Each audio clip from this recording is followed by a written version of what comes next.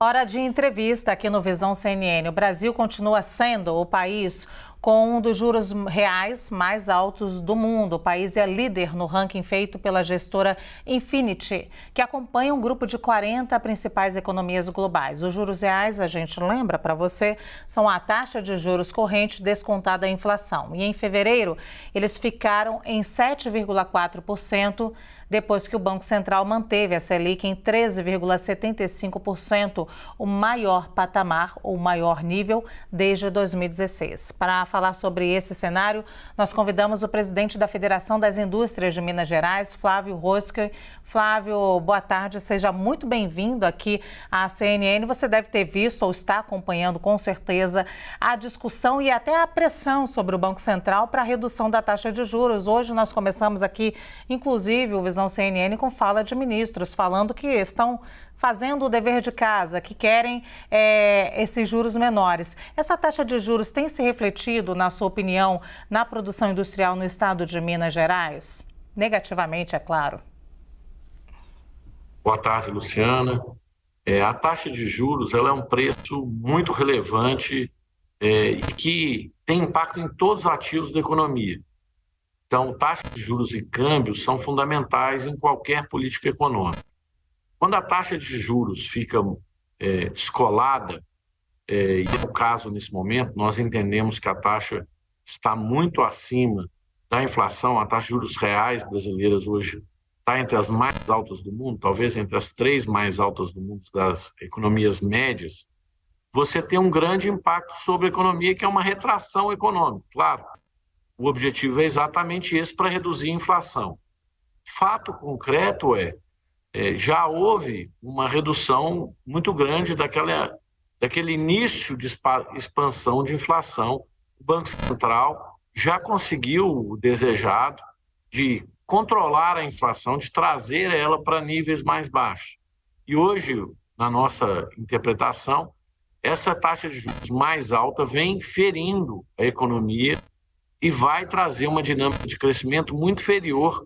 Em alguns momentos nós podemos até mesmo ver retração econômica. Então isso se sente, se faz sentido sim na indústria mineira, mas também em toda a economia brasileira.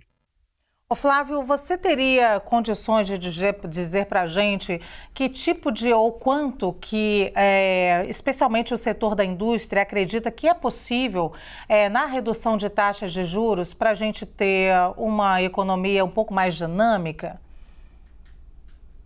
Nós entendemos que já há espaço para uma redução de taxa de juros em função da redução da dinâmica inflacionária. O problema do Banco Central brasileiro é que muitas vezes ele só tem um mandato, quer dizer, ele só tem um mandato de controlar a inflação. Ele deveria ter também, como é no caso dos Estados Unidos, um mandato que analisa do ponto de vista do emprego, do desenvolvimento econômico. Então, o mandato lá é de dupla missão.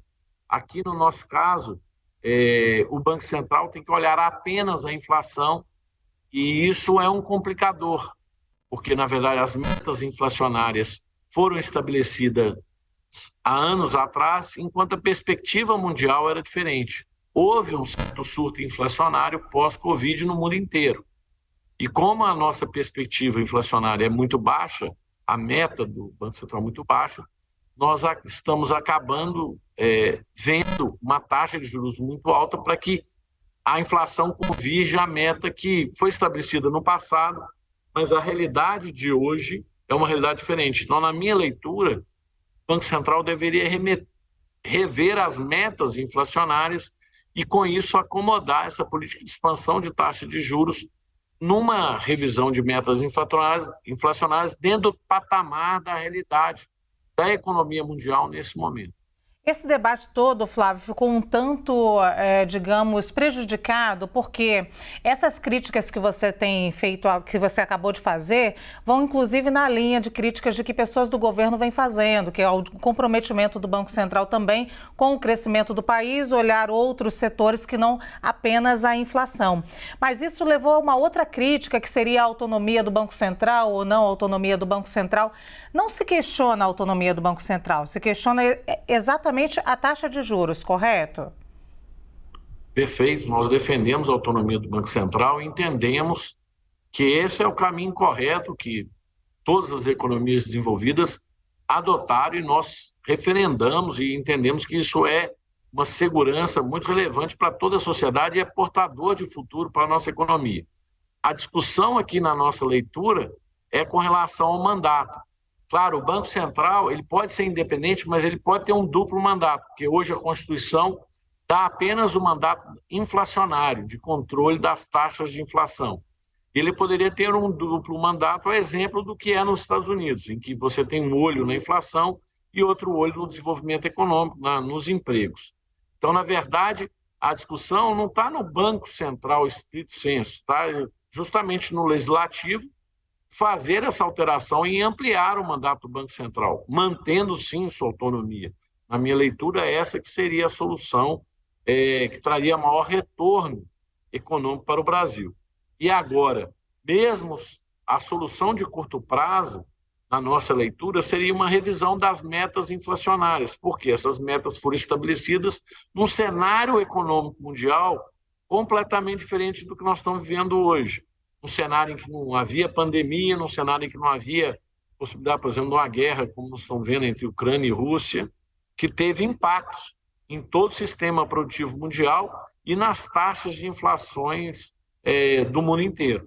O fato concreto é o período agudo da inflação brasileira já ficou para trás, mas hoje a taxa de juros elevada vem causando danos concretos para toda a economia real. Nós começamos a ver um aumento da inadimplência nas pessoas jurídicas e na pessoa física. Nós prevemos que no curto prazo teremos, no caso de pessoas jurídicas, um aumento significativo do número de recuperações judiciais em função da maior dificuldade. Os resultados das empresas já estão muito afetados pela taxa de câmbio, pela taxa de juros, e aquelas empresas que fizeram uma alavancagem para crescer estão começando a entrar o cenário da tempestade perfeita, que é o quê?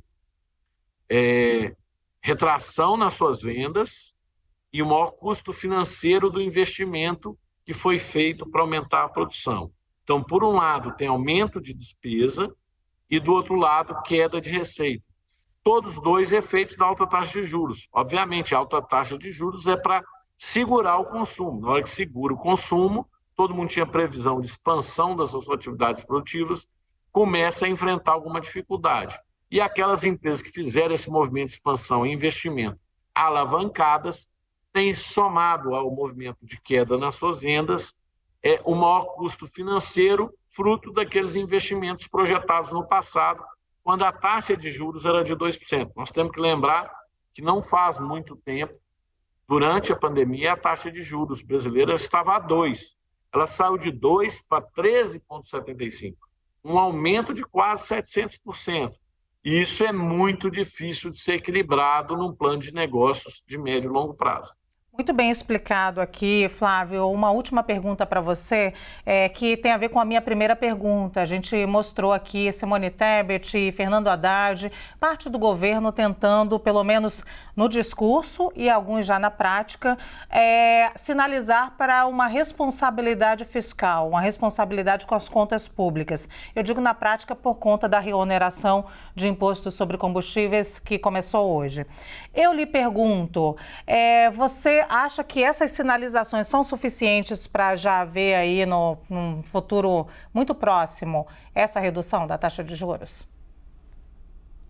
Isso é muito relevante, porque é outra parte também que não é dito, né? A expansão fiscal por parte do governo, ela gera a necessidade de aumentar a taxa de juros por parte do Banco Central. Então, se o governo tem preocupações fiscais, ele com certeza alivia a necessidade do Banco Central em manter taxas de juros mais altas. Então, isso é muito positivo, quer dizer, na hora que o governo começa a acenar com uma política fiscal mais austera, há a possibilidade do Banco Central reduzir as taxas de juros no médio e no longo prazo, porque justamente essa expansão de gasto público que também gera impacto inflacionário. Então, o governo também deve fazer a sua parte aqui, louvo, né? O ministro Haddad está defendendo aí uma política fiscal mais austera para que a gente possa fazer com que seja possível essa redução da taxa de juros no curto prazo. Além disso, gostaria de dizer que, entendo também que, nesse momento, há, na nossa percepção, um equívoco por parte do Banco Central que poderia ter taxas um pouco mais baixas, eu não diria muito mais baixas, mas com certeza significativamente mais baixas que 13,75, a exemplo do que fazem nesse momento os pares internacionais. Então, concordamos plenamente com a autonomia do Banco Central, defendemos e defenderemos essa autonomia, porque entendemos que é o melhor para a economia brasileira, no curto, no médio e no longo prazo, ou seja, é o melhor para a nossa sociedade, mas entendemos também que há necessidade por parte do governo de fazer um ajuste fiscal e conter a expansão dos gastos públicos para que a gente interrompa também o processo de aumento inflacionário, mas também enxergamos que acho que nesse momento o Banco Central está com uma posição muito conservadora, mantendo juros muito altos e, na verdade, pode estar dando um tiro de canhão que poderia ser de menor calibre para conter o processo inflacionário, que já foi boa parte dele debelado, e que a outra solução por parte do Banco Central para isso seria um ajuste nas metas inflacionárias, que, conforme eu disse antes, foram estabelecidas num outro cenário internacional, e talvez hoje essas metas inflacionárias sejam muito ambiciosas, e por isso o Banco Central está com taxas de juros que ferem, em alguns casos, de morte a economia. Perfeito. Nós conversamos com o presidente da Federação das Indústrias de Minas Gerais, Flávio Roscoe. Flávio, muito obrigada por essa entrevista. Muito obrigado, Luciano. Foi um prazer.